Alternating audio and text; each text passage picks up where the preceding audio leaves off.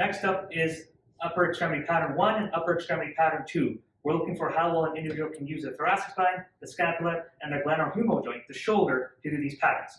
So for Mark, if you don't mind turning around facing the screen there, Mark, we're going to do pattern 1 first, which is you taking your hand, your right arm behind your back, trying to touch your left shoulder blade. We're looking for how smooth the movement is and if you can do it. Mark, any pain with that? No. No, you did that very well. It wasn't rigid where you did this and then this. You did it in a smooth pattern.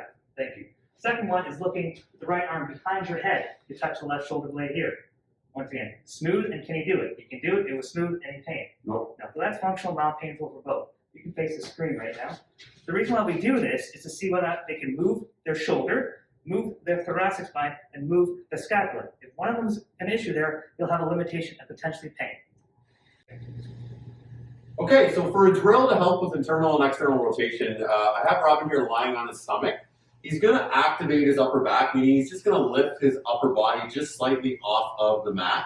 And he's going to use a golf ball. It's obviously a Pro V1 TPI.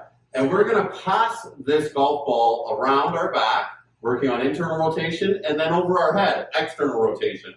So he would do 5 or 10 one direction, and then switch and do 5 or 10 the other direction. This is a great drill to help mobilize this area and strengthen all the muscles that help you internally and externally rotate. Okay, so if you struggle with internal or external rotation in your shoulder, during the golf swing, on the way back, you're more likely to simply try and pick the club straight up rather than rotate and get that shoulder nice and engaged. And on the way down, this is going to be your most likely movement. So you're more likely to cast the club because you can't keep your shoulder into that external rotation.